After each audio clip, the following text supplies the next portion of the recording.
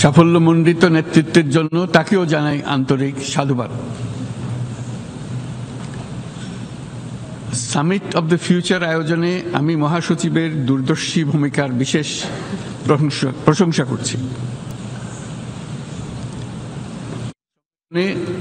যে future and declaration on generations সর্বসম্মতভাবে গৃহীত হয়েছে, তা এজেন্ডা 2030 পরবর্তী বৈশ্বিক উন্নয়ন কর্মপন্থা নির্ধারণে বিশেষ সহায়ক হবে বলে আমি মনে করি। বাংলাদেশ বিশ্বাস করে যে এই সম্মেলনের অর্জন বৈশ্বিক সমৃদ্ধি অর্জনের জন্য আমাদের সবার অভিপ্রায় ও সহযোগিতা কাঠামো প্রণয়নে দিক নির্দেশক হিসেবে কাজ করবে। এই জুলাই আগস্ট মাসে বাংলাদেশে যে যুগান্তকারী পরিবর্তন সংগঠিত হয়েছে, তার প্রেক্ষিতেই আজ আমি বিশ্ব সম্প্রদায়ের এই মহান সংসদে উপস্থিত হতে পেরেছি। আমাদের গণমানুষের, বিশেষ করে তরুণ সমাজের অফুরন্ত শক্তি আমাদের বিদ্যমান রাষ্ট্র কাঠামো ও প্রাতিষ্ঠানিক আয়োজনগুলো আমূল রূপান্তরের এক নতুন সম্ভাবনার দ্বার উন্মোচন করেছে। আমাদের ছাত্র ও যুব সমাজের আন্দোলন প্রথম দিকে মূলত ছিল বৈষম্য বিরোধী আন্দোলন, পর্যায়ক্রমে তা গণ আন্দোলনের রূপ নিয়েছে। এরপর সারা পৃথিবী অবাক বিস্ময়ে দেখেছে কিভাবে সমগ্র বাংলাদেশের মানুষ একনায়কতন্ত্র, নিপীড়ন, বৈষম্য, অবিচার ও দুর্নীতির বিরুদ্ধে রাজপথ ও সামাজিক যোগাযোগের মাধ্যমে দৃঢ়ভাবে রুখে দাঁড়িয়েছিল। আমাদের ছাত্র জনতা তাদের অদম্য সংকল্প ও প্রত্যয়ের মাধ্যমে একটি স্বৈরাচারী ও অগণতান্ত্রিক শাসন ব্যবস্থা থেকে আমাদের মুক্তি এনে দিয়েছে। তাদের এই সংকল্পের মধ্যেই আমাদের দেশের ভবিষ্যৎ নিহিত।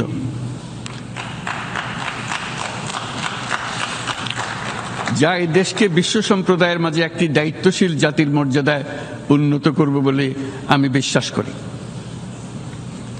এই গণ আন্দোলন রাজনৈতিক অধিকার ও উন্নয়নের সুবিধাবঞ্চিত বাংলাদেশের আপামর জনসাধারণকে ঐক্যবদ্ধ করেছে। বাংলাদেশের মানুষ উন্নয়ন কর্মকাণ্ডকে অন্তর্ভুক্তিমূলক অংশীদারিত্ব রূপে দেখতে চেয়েছিল। আমাদের জনগণ একটা ন্যায্য, অন্তর্ভুক্তিমূলক ও কার্যকর গণতন্ত্রের জন্য লড়াই করেছে, যার জন্য আমাদের নতুন প্রজন্ম জীবন উৎসর্গ করেছে। আমাদের এই তরুণরা যে প্রজ্ঞা, সাহস ও প্রত্যয় দেখিয়েছে, তা আমাদের অভিভূত করেছে, সারা বিশ্ববাসীকে অভিভূত করেছে। বন্দুকের গুলি উপেক্ষা করে বুক পেতে দাঁড়িয়ে গিয়েছিল আমাদের এই তরুণরা। অবৈধ রাষ্ট্র ক্ষমতার বিরুদ্ধে প্রবলভাবে সোচ্চার হয়েছিল আমাদের তরুণ তরুণীরা, স্কুল পড়ুয়া কিশোর কিশোরীরা। তারা নিঃসঙ্গ চিত্তে উৎসর্গ করেছিল তাদের জীবন। শত শত মানুষ চিরতরে হারিয়েছে তাদের দৃষ্টিশক্তি। আমাদের মায়েরা, দিনমজুরেরা ও শহরের অগণিত মানুষ তাদের সন্তানদের কাঁধে কাঁধ মিলিয়ে নেমেছিল রাজপথে।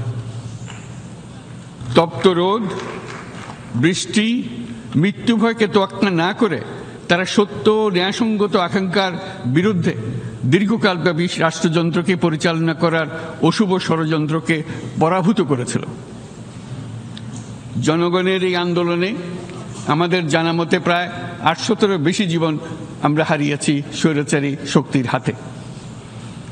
উদারনীতি, বহুত্ববাদ ও ধর্মনিরপেক্ষতার উপর মানুষের গভীর বিশ্বাস থেকেই বাংলাদেশ রাষ্ট্রের অভ্যুদয় হয়েছিল। 1971 সালে যে মূল্যবোধকে বুকে ধারণ করে আমাদের গণমানুষ যুদ্ধ করেছিল, সেই মূল্যবোধকে বহু বছর পরে আবার জেনারেশন জি, যে প্রজন্ম জি, নতুনভাবে আমাদেরকে দেখতে শিখিয়েছে। এরকমটি আমরা দেখেছিলাম 1952 সালের ভাষা আন্দোলনে, বাংলাকে মাতৃভাষা হিসেবে প্রতিষ্ঠার সময় বাংলাদেশের এই অভ্যুত্থান আগামী দিনগুলোতে বিশ্বের বিভিন্ন প্রান্তে মানুষকে মুক্তি ও ন্যায় বিচারের পক্ষে দাঁড়াতে প্রেরণা যোগাবে। আমাদের মুক্তি ও গণতান্ত্রিক আকাঙ্ক্ষাকে বাস্তবে রূপ দিতে আমি তাই আজ বিশ্ব সম্প্রদায়কে আমাদের নতুন বাংলাদেশের সঙ্গে সম্পৃক্ত হওয়ার উদাত্ত আহ্বান জানাচ্ছি। মাননীয় সভাপতি, যে রাষ্ট্র কাঠামো দুঃসহ হয়ে গেছে তার পুনর্গঠনের জন্য আমাদের তরুণরা, দেশের আপামর জনসাধারণ একমত হয়ে আমার এবং আমার উপদেষ্টা পরিষদের উপর আস্থা রেখে সরকার পরিচালনার এক মহান দায়িত্ব আমাদের উপর ন্যস্ত করেছে।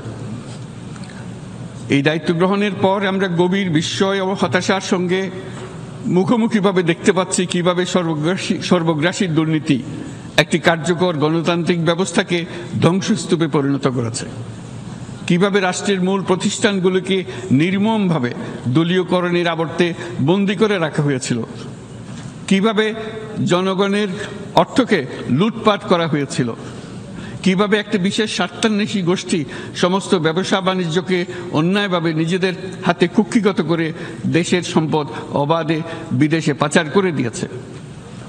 এক কথায় কিভাবে প্রত্যেকটি পর্যায়ে ন্যায় ও নীতি ও নৈতিকতা অদৃশ্য হয়ে গিয়েছিল। এরকম এক অবস্থার দেশকে পুনর্গঠন এবং জনগণের কাঙ্ক্ষিত রাষ্ট্র ব্যবস্থা প্রতিষ্ঠিত করার জন্য আমাদের উপর দায়িত্ব প্রদান করা হয়েছে।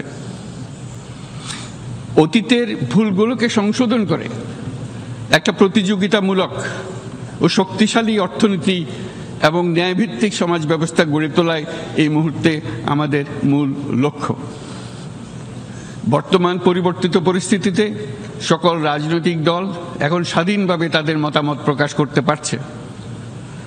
যেসব ব্যক্তি বা প্রতিষ্ঠান রাষ্ট্রীয় কাজ ও সিদ্ধান্ত গ্রহণ করার প্রক্রিয়ায় সম্পৃক্ত তাদের প্রত্যেকের জবাবদিহিতা নিশ্চিত করাই আমাদের অগ্রাধিকার। আমরা মানুষের মৌলিক অধিকারকে সমুন্নত ও সুরক্ষিত রাখতে দৃঢ় প্রতিজ্ঞ। আমাদের দেশের মানুষ মুক্তভাবে কথা বলবে, ভয়ভীতি ছাড়া সমাবেশ করবে, তাদের পছন্দের ব্যক্তিকে ভোট দিয়ে নির্বাচিত করবে, এটাই জাতির আকাঙ্ক্ষা এবং এটাই আমাদের লক্ষ্য। বিচার বিভাগের স্বাধীনতা সংরক্ষণ ও সাইবার ডোমেইন সহ গণমাধ্যমের স্বাধীনতা সুসংহতকরণে আমরা প্রতিজ্ঞাবদ্ধ। আমাদের একজন কৃষক বা একজন শ্রমিকের সন্তানও যেন সমাজের সর্বোচ্চ শিখরে পৌঁছতে পারে, সেই লক্ষ্যে বিশালকার অবকাঠামো নির্মাণের বদলে স্বাস্থ্য ও শিক্ষা খাতে বরাদ্দ বৃদ্ধির আমরা গুরুত্ব আরোপ করছি।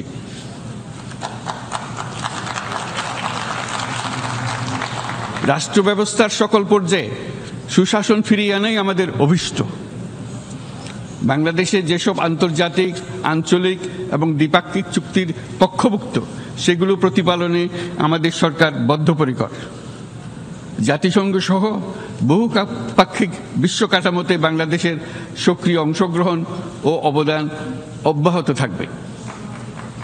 পারস্পরিক শ্রদ্ধাবোধ, মর্যাদা ও স্বার্থরক্ষণের ভিত্তিতে বাংলাদেশ বিশ্বের সকল রাষ্ট্রের সাথে বন্ধুত্বপূর্ণ সম্পর্ক বজায় রাখবে। মাননীয় সভাপতি, গত 7 সপ্তাহের মধ্যে আমাদের সরকার বিভিন্ন গুরুত্বপূর্ণ পদক্ষেপ গ্রহণ করেছে।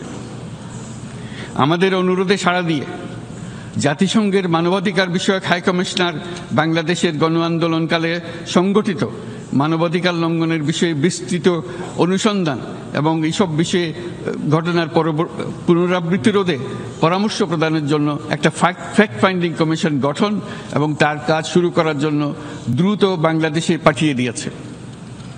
আমি তাকে বাংলাদেশের পক্ষ থেকে অশেষ ধন্যবাদ জানাচ্ছি। দায়িত্বভার গ্রহণের 2 সপ্তাহের মধ্যে আমরা গুম প্রতিরোধে যে আন্তর্জাতিক কনভেনশন রয়েছে তাতে যোগদান করেছি।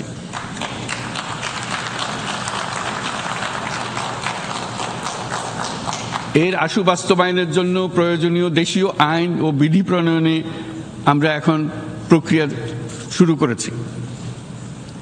বাংলাদেশে বিগত 1.5 শতকে বাংলাদেশে গত ১.৫ দশকে যে সমস্ত গুমের অভিযোগ রয়েছে সেগুলো তদন্ত করার জন্য একটি তদন্ত কমিশন এই মুহূর্তে কর্মরত আছে।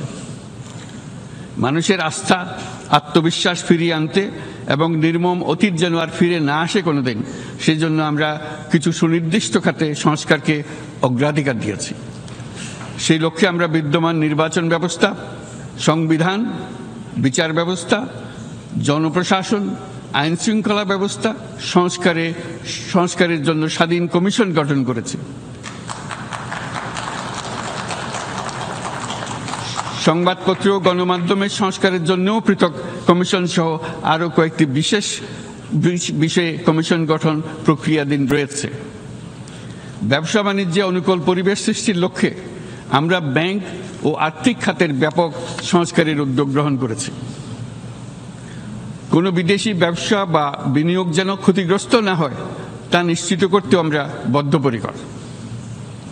এইসব সংস্কার যেন টেকসই হয়, দীর্ঘমেয়াদে নিশ্চিত করতে এবং অবাধ ও নিরপেক্ষ অংশগ্রহণমূলক নির্বাচনের জন্য উপযোগী পরিবেশ সৃষ্টি করতে আমরা কাজ করে যাচ্ছি। গণতন্ত্র, আইনের শাসন, সমতা, সমৃদ্ধি অর্জনের মাধ্যমে একটি ন্যায়ভিত্তিক সমাজ হিসেবে আত্মপ্রকাশের অভিপ্রায় বাস্তবায়নে আমি বাংলাদেশের প্রতি আন্তর্জাতিক সম্প্রদায়ের সমর্থন ও গভীরতর সম্পর্ক গঠন করার জন্য আহ্বান জানাচ্ছি।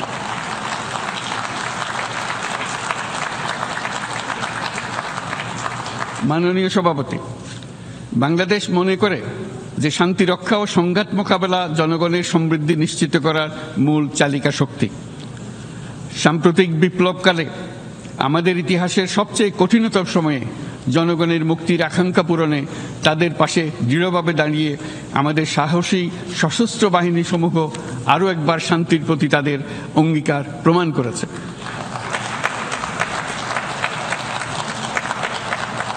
এটা সম্ভব হয়েছে শান্তি রক্ষায় আমাদের অঙ্গীকারের কেন্দ্রবিন্দুতে মানবাধিকারকে স্থান দেওয়ার ফলে। জাতিসংঘের পিস বিল্ডিং কমিশনের সূচনা লগ্ন থেকেই শান্তি রক্ষার মতো শান্তি বিনির্মাণেও বাংলাদেশ সমান অঙ্গীকার ব্যক্ত করে এসছে। আমাদের দিনগুলোতে আমরা জাতিসংঘের শান্তি রক্ষা কার্যক্রমে আমাদের মূল্যবোধ ভিত্তিক অবদানের ধারাবাহিকতা রক্ষা, সমুন্নত ও প্রসারিত করতে বদ্ধপরিকর। জাতিসংঘের শান্তিরক্ষা কার্যক্রমে অবদানকারী তৃতীয় বৃহত্তম রাষ্ট্র হিসেবে বাংলাদেশ এখন পর্যন্ত ৪৩টি দেশে ৬৩টি মিশনে শান্তিরক্ষী প্রেরণ করেছে।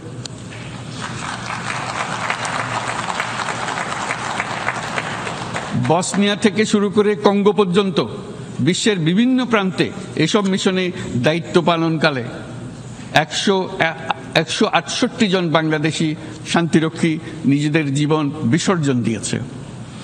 আমরা আশা করি যে কোনো অবস্থায় নানা প্রতিকূলতা সত্ত্বেও জাতিসংঘের ভবিষ্যৎ শান্তিরক্ষী কার্যক্রমগুলোতে বাংলাদেশের প্রতিরক্ষা বাহিনীর সদস্যরা একইভাবে অবদান রাখার সুযোগ পাবে।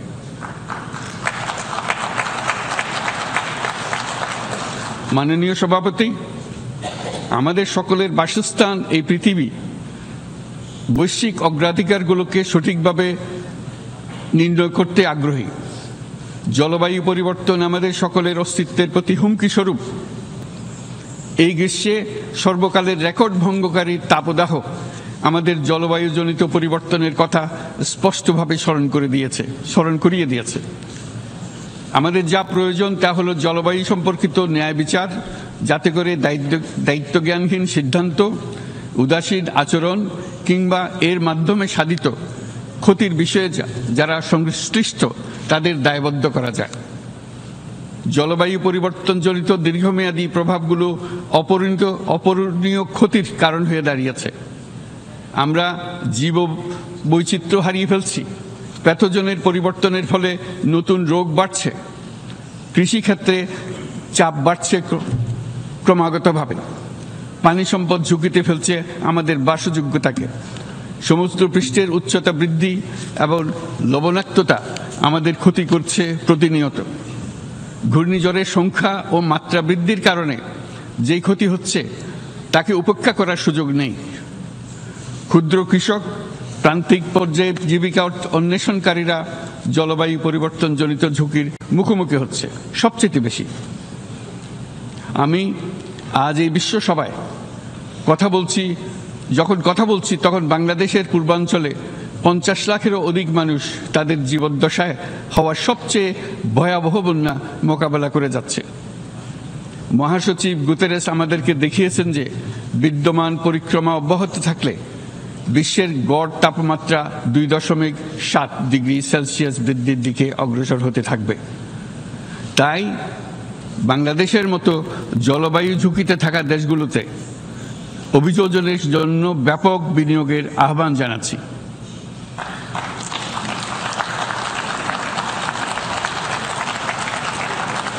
এছাড়াও উদ্ভাবনী শক্তির প্রয়োগ, অতিরিক্ত অর্থায়নের মাধ্যমে লস অ্যান্ড ড্যামেজ ফান্ডকে কার্যকর করা আমাদের জন্য অত্যন্ত গুরুত্বপূর্ণ। একইভাবে আমাদের প্রয়োজন প্রযুক্তির সহজলভ্যতা, সক্ষমতা বৃদ্ধি। নির্দিষ্ট করে বললে আমাদের দরকার জীবন রক্ষাকারী প্রযুক্তি, বিশেষত কৃষি, পানি এবং জনস্বাস্থ্য খাতে, যেখানে ক্ষুদ্র ক্ষুদ্র উদ্ভাবন এবং সমাধানসমূহ ঝুঁকিতে থাকা জনগোষ্ঠীকে রক্ষা করতে পারে। জলবায়ু সংকটের মোকাবেলা এবং বৈশ্বিক অর্থনীতি সুসংহতকরণে আমাদের যুগপৎভাবে কাজ করতে হবে। বিশ্ব সম্প্রদায় এখন কার্বন মুক্ত পৃথিবী গড়ে তুলতে মনোযোগী হচ্ছে। বিশ্বের অধিকাংশ মানুষকে এই ধরনের পরিবর্তনের সুফলভোগী করতে হলে নেট জিরো পৃথিবীর দিকে আমাদেরকে অগ্রসর হতে হবে।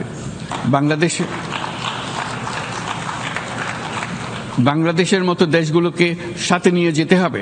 তা না হলে পারস্পরিক দায়িত্ববোধের মাধ্যমে পারস্পরিক সমৃদ্ধি অর্জনে আমাদের সার্বজনীন অঙ্গীকার পূরণে পিছিয়ে পড়ব আমরা। এই ক্ষেত্রে আমি বিশ্বাস করি সমগ্র বিশ্ব একসাথে 3-0 লক্ষ্য অর্জনের ধারণা বিবেচনা করে দেখতে পারে, যার মাধ্যমে আমরা শূন্য দারিদ্র, শূন্য বেকারত্ব এবং শূন্য নেট কার্বন নিঃসরণ অর্জন করতে পারি। যেখানে পৃথিবীর প্রতিটি তরুণ তরুণী চাকরি প্রার্থী না হয়ে বরং উদ্যোক্তা হিসেবে নিজেকে প্রতিষ্ঠিত করার সুযোগ পাবে।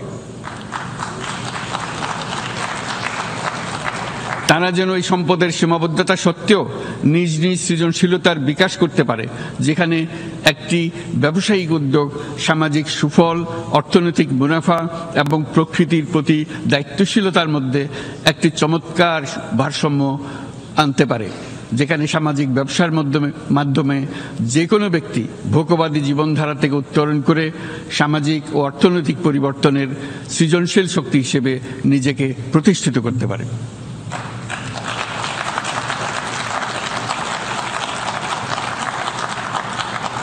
এই সময়ে তাই প্রয়োজন উন্নত উন্নয়নশীল সকল দেশসমূহ এবং বিভিন্ন অংশীদারদের মধ্যে নতুন দৃষ্টিভঙ্গি, নতুন মূল্যবোধ এবং নতুন একতা। সামগ্রিকভাবে এই লক্ষ্য অর্জনে জাতিসংঘ ব্যবস্থা, জাতীয় আঞ্চলিক পর্যায়ে সরকারসমূহ, সকল ব্যবসা প্রতিষ্ঠান, বেসরকারি অংশীজন এবং দাতব্য সংস্থাগুলোকে একসঙ্গে কাজ করতে হবে। আমাদের অর্থনৈতিক কাঠামোতে সামাজিক ব্যবসাকে স্থান দিলেই নিচের অর্ধেকাংশ মানুষের জীবনে তা বিরাট পরিবর্তন আনতে পারে।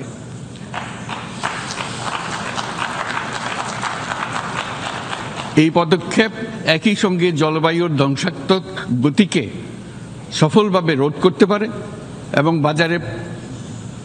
বাজার ব্যবস্থার মাধ্যমেই এই মীমাংসা হতে পারে। এ বিষয়ে আমি মহাসচিব গুতেরেসের বিশেষ দৃষ্টি আকর্ষণ করছি। মাননীয় সভাপতি, বহুমুখী সংকটে জর্জরিত বর্তমান বিশ্বে যুদ্ধ এবং সংঘাতের ফলে ব্যাপক ভিত্তিতে মানুষের অধিকার খর্ব হচ্ছে। বিশ্ববাসীর উদ্বেগ এবং নিন্দা সত্ত্বেও গাজায় গণহত্যা থামছে না।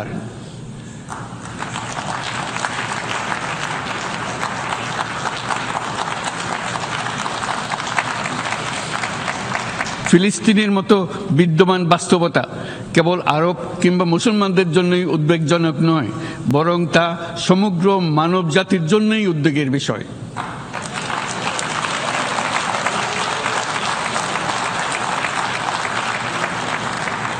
একজন মানুষ হিসেবে প্রত্যেক ফিলিস্তিনির জীবন অমূল্য।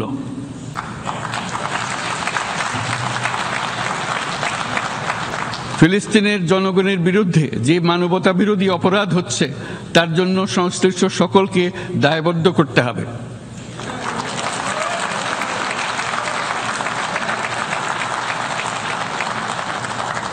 ফিলিস্তিনের জনগণের উপর চলমান নৃশংসতা, বিশেষত নারী এবং শিশুদের সাথে প্রতিনিয়ত যে নিষ্ঠুরতা বিশ্ব দেখাচ্ছে তা থেকে নিস্তারের জন্য বাংলাদেশ অনতিবিলম্বে সম্পূর্ণ যুদ্ধবিরতির আহ্বান জানাচ্ছে।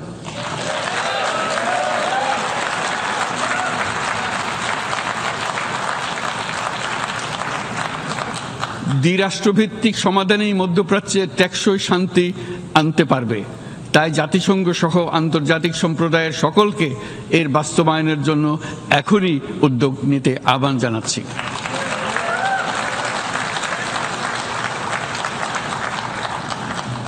গত 2.5 বছর ধরে ইউক্রেনে চলমান যুদ্ধে বহু মানুষ প্রাণ হারিয়েছে। এই যুদ্ধের প্রভাব সর্বব্যাপী, এমনকি বাংলাদেশের অর্থনীতিতেও এর নেতিবাচক প্রভাব আমরা অনুভব করছি। আমরা তাই উভয় পক্ষকে সংলাপে বসে বিরোধ নিরসনের মাধ্যমে যুদ্ধের অবসান ঘটানোর আহ্বান জানাচ্ছি। মাননীয় সভাপতি, বাংলাদেশ গত 7 বছর যাবৎ মিয়ানমার হতে আগত 12 লাখেরও বেশি রোহিঙ্গাদের মানবিক কারণে আশ্রয় দিয়ে আসছে। এর ফলে আমরা বিরাট সামাজিক, অর্থনৈতিক, পরিবেশগত ক্ষতির সম্মুখীন হচ্ছি। মিয়ানমারের অভ্যন্তরীণ সমস্যা থেকে সৃষ্ট এই সংকট বাংলাদেশ ও আমাদের অঞ্চলের জন্য প্রথাগত ও অপ্রথাগত উভয় ধরনের নিরাপত্তা ঝুঁকির কারণ হয়ে দাঁড়িয়েছে। মিয়ানমার থেকে বাংলাদেশে বলপূর্বক বাস্তুচ্যুত রোহিঙ্গাদের সহায়তা করতে আমরা অঙ্গীকারবদ্ধ। আমরা রোহিঙ্গাদের জন্য মানবিক সহায়তা কার্যক্রম চালু রাখা এবং তাদের টেকসই প্রত্যাবর্তন নিশ্চিত করার উদ্দেশ্যে আন্তর্জাতিক সম্প্রদায়ের পর্যাপ্ত সহায়তা অব্যাহত রাখার আহ্বান জানাচ্ছি। রোহিঙ্গাদের সাথে সংগঠিত হওয়া ব্যাপক ভিত্তিক মানবাধিকার লঙ্ঘনের জন্য আন্তর্জাতিক বিচার আদালত এবং আন্তর্জাতিক অপরাধ আদালতে চলমান বিচার প্রক্রিয়ার মাধ্যমে ন্যায় বিচার নিশ্চিত করাও সমানভাবে গুরুত্বপূর্ণ। রোহিঙ্গারা যাতে নিজ দেশে স্বাধীন এবং মর্যাদাপূর্ণ জীবনযাপন করতে পারে সেই লক্ষ্যে অনুকূল পরিবেশ তৈরিতে জাতিসংঘ অন্যান্য আন্তর্জাতিক প্রতিষ্ঠানের ধারাবাহিক প্রচেষ্টার প্রশংসা দাবিদার। এই লক্ষ্যে রোহিঙ্গারা যাতে পর্যাপ্ত নিরাপত্তা ও অধিকার নিশ্চিত করে তাদের নিজ ভূমি রাখাইনে ফিরে যেতে পারে তার পথ সুগম করা অত্যন্ত দরকার। মিয়ানমারে প্রতিনিয়ত পরিবর্তনশীল অবস্থা বিবেচনা রেখে বাংলাদেশ আন্তর্জাতিক সম্প্রদায়ের সাথে একযোগে রোহিঙ্গাদের নিজ দেশে মর্যাদাপূর্ণ টেকসই প্রত্যাবর্তনের জন্য পরিবেশ সৃষ্টিতে কাজ করতে প্রস্তুত।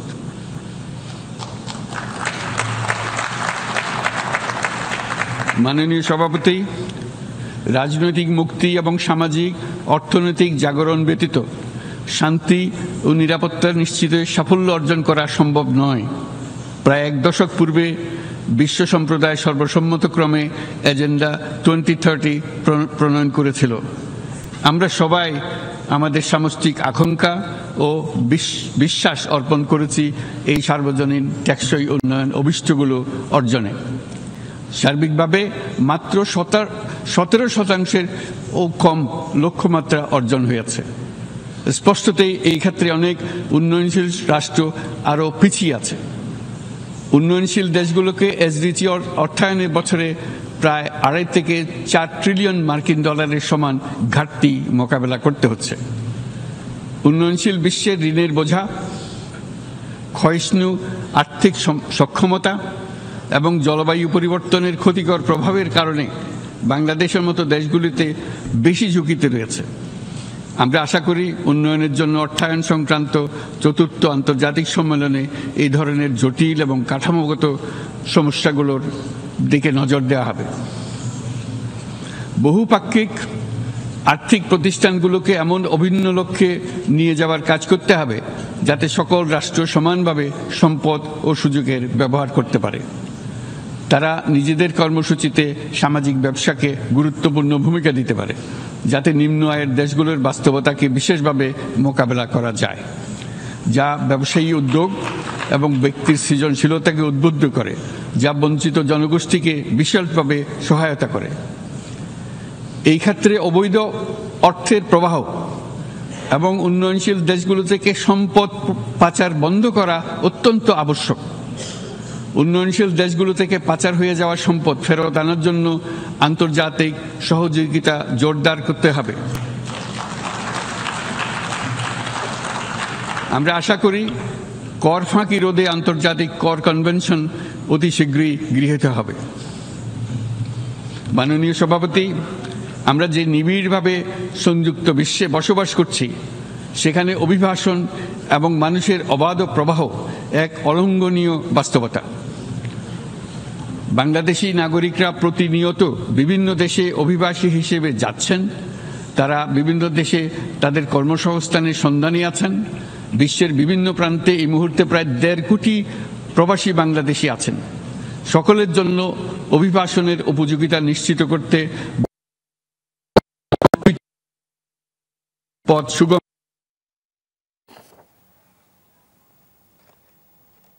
সম্প্রদায়কে অভিবাসীদের মানবাধিকার এবং তাদের প্রতি মানবিক আচরণ নিশ্চিত করতে হবে।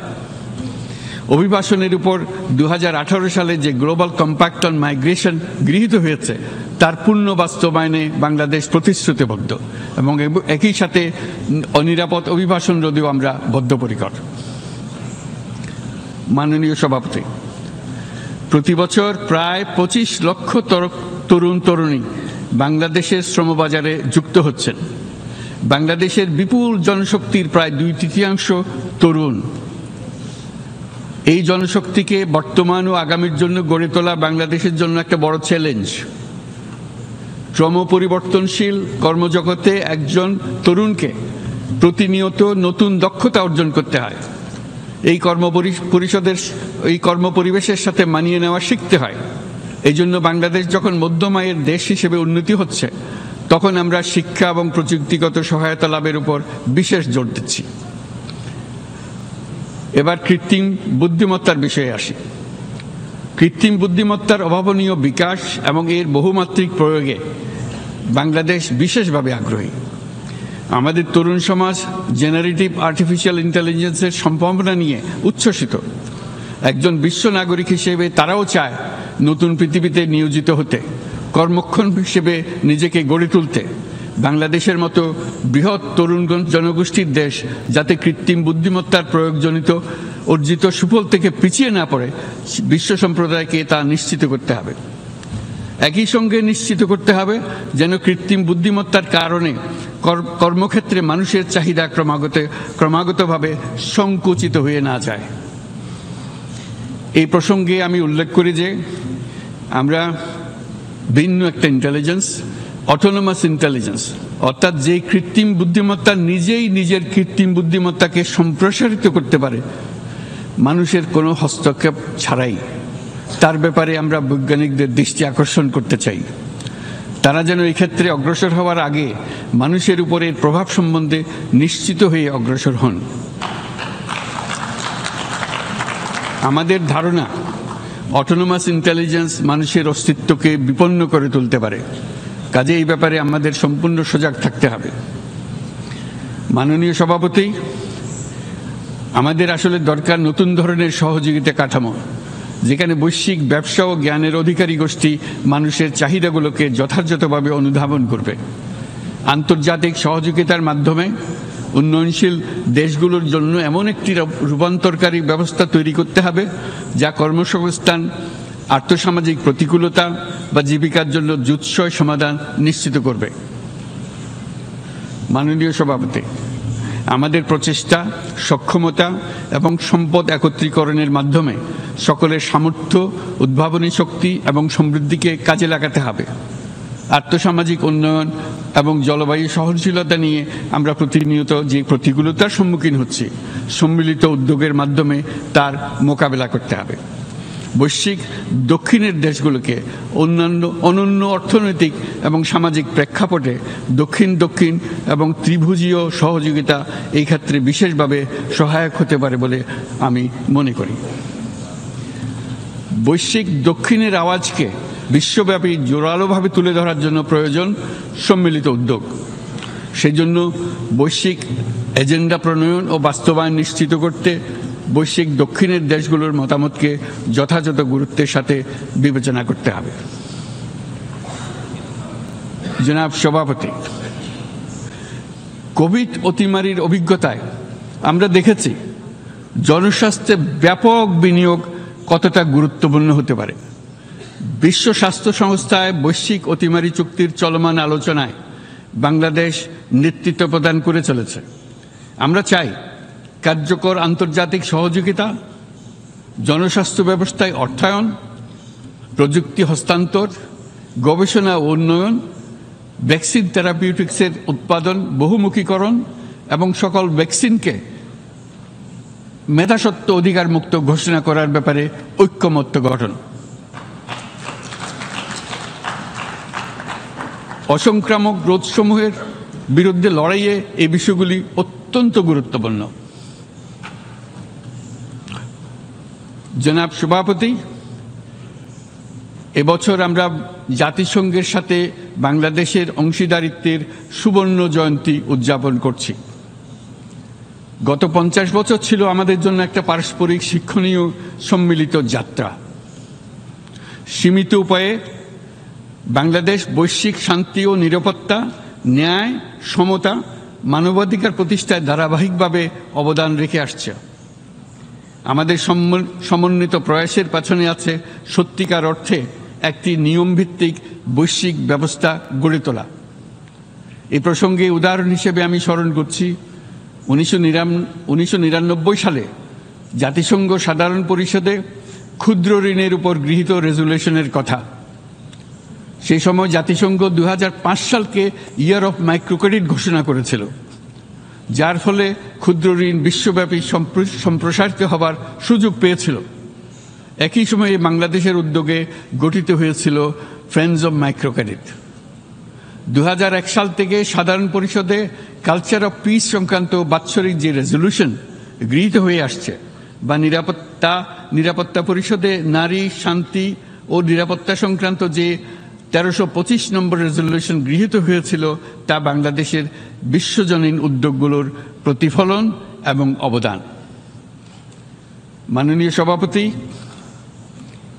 আজ এই মহান বিশ্বসভায় বিশ্ব নেতৃবৃন্দের উপস্থিতিতে প্রতিধ্বনিত হচ্ছে শান্তি, নিরাপত্তা, ন্যায় বিচার প্রতিষ্ঠা এবং সম্পদের সুষম বন্টনের মাধ্যমে সকলের অন্তর্ভুক্তি নিশ্চিত করার আহ্বান।